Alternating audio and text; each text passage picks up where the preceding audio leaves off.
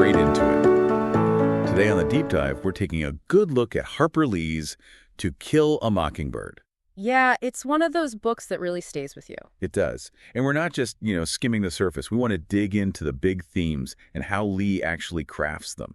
The literary techniques. Exactly. Why does it still resonate so much? And we're using the lit charts analysis, pages 8 to 22, as our guide for this exploration.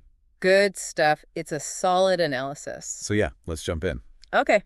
So I think the first thing that really stands out, and Litcharts points this out too, is how the novel tackles good, evil, and human dignity. And it does this through Scout's eyes, right? As she's growing. Precisely. Her perspective shifts. She starts with this quite, childish view of things. Black and white. Good guys, bad guys. Exactly. But life in Maycomb, and especially Atticus's influence, complicates that. There's that key quote the analysis mentions where Atticus talks to Scout. Ah, yes. Where he suggests that, He suggests to her that all people are composed of a mix of good and bad people. That's the one. And it's fundamental, isn't it? It challenges that simple view. It really does. And Lee uses character development so effectively here. Think about Boo Radley initially. Oh, definitely. He's the neighborhood monster at the start, purely bad in the kid's imagination. Yeah, the source of all spooky stories. But then, slowly, You get those little gifts in the tree, hints of kindness. it chips away at that initial fear, that prejudice, really. And then Mrs. DuBose is another great example of this complexity. Oh, absolutely. She seems just awful, doesn't she? So bitter. Yeah, just this cranky old woman shouting at them.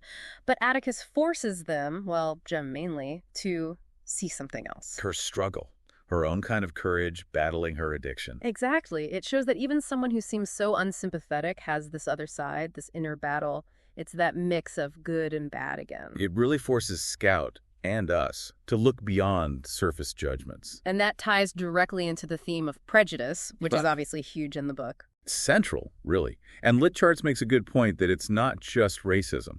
No, although the racism against Tom Robinson is the most prominent and devastating example. But there's classism, too. Look at how the Cunninghams are treated, or even the Ewells, though they're different. And very different, yeah. There's that social hierarchy in Maycomb, and sexism, too, aimed squarely at Scout. With Aunt Alexandra constantly trying to make her into a proper young lady. The analysis mentions her trying to instill these feminine values. It shows those rigid expectations for girls back then, doesn't it? Scout just naturally pushes against them. She does. Her spirit really highlights how confining those roles were. It's almost an early kind of feminist streak. All this feeds into that major theme of growing up, doesn't it? Yeah. Moving from innocence to experience. Definitely. The Tom Robinson trial is pivotal there. Lit Charts calls it a wake-up call. That sounds about right. It shatters their childhood illusions about fairness and justice. They see the ugliness of prejudice, the injustice of the verdict, despite, all the evidence. And having Scout narrated is just brilliant, isn't it, technically speaking? Oh, absolutely. Seeing these heavy, complex adult themes through a child's eyes, it's incredibly effective. You feel her confusion, her dawning understanding. It makes the critique of the adult world so much sharper somehow. It does. Her innocent perspective cuts through the hypocrisy. And this loss of innocence, this growing awareness, it connects to the theme of courage. Right. And again, the book defines courage in a specific way, not just, physical bravery. No, it's deeper than that. Atticus is key here. The analysis quotes him. Something about fists. Yeah. Atticus insists that it's courageous to take the moral high ground and make the choice to not try to appear powerful with one's fists. That's it. Moral courage. Standing up for your principles, even when it's hard, even when the whole town's against you. And Atticus embodies that, doesn't he? Defending Tom Robinson. Knowing what it will cost him, personally and socially. He faces the criticism, the threats, that mob outside the jail. But he stands firm. Quietly, but firmly.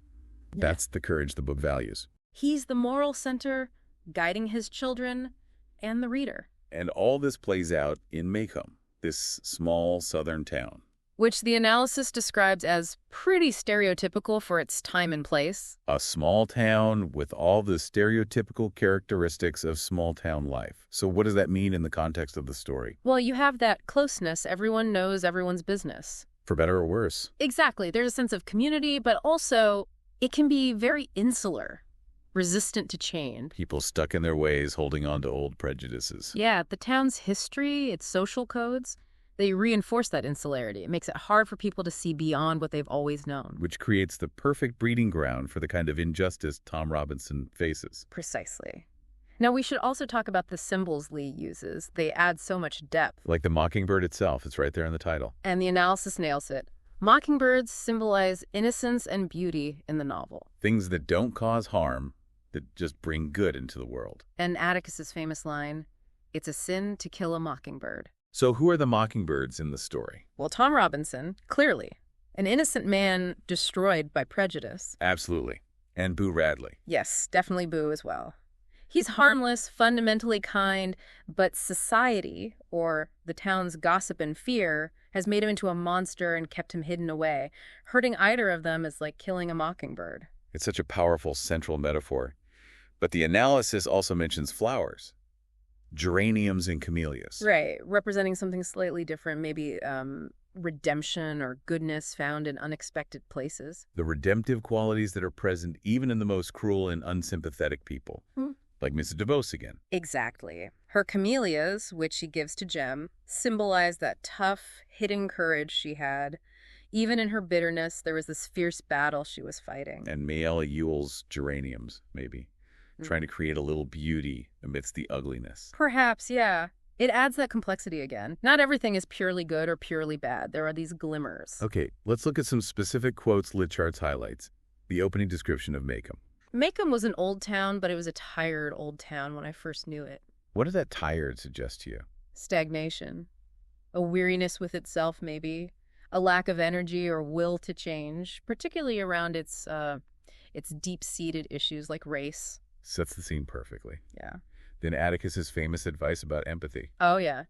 You never really understand a person until you consider things from his point of view. Scout interrupts, sir. Until you climb into his skin and walk around in it. Just foundational, isn't it? The core of empathy. It's Atticus's constant lesson, trying to get Scout to see beyond her own perspective, to understand why people act the way they do. It's the direct counter to prejudice. And then the Mockingbird quote itself. Remember, it's a sin to kill a mockingbird. Simple, direct, but carries so much weight. It's about protecting innocence, recognizing vulnerability, a core moral principle. Tied to that is Atticus on conscience.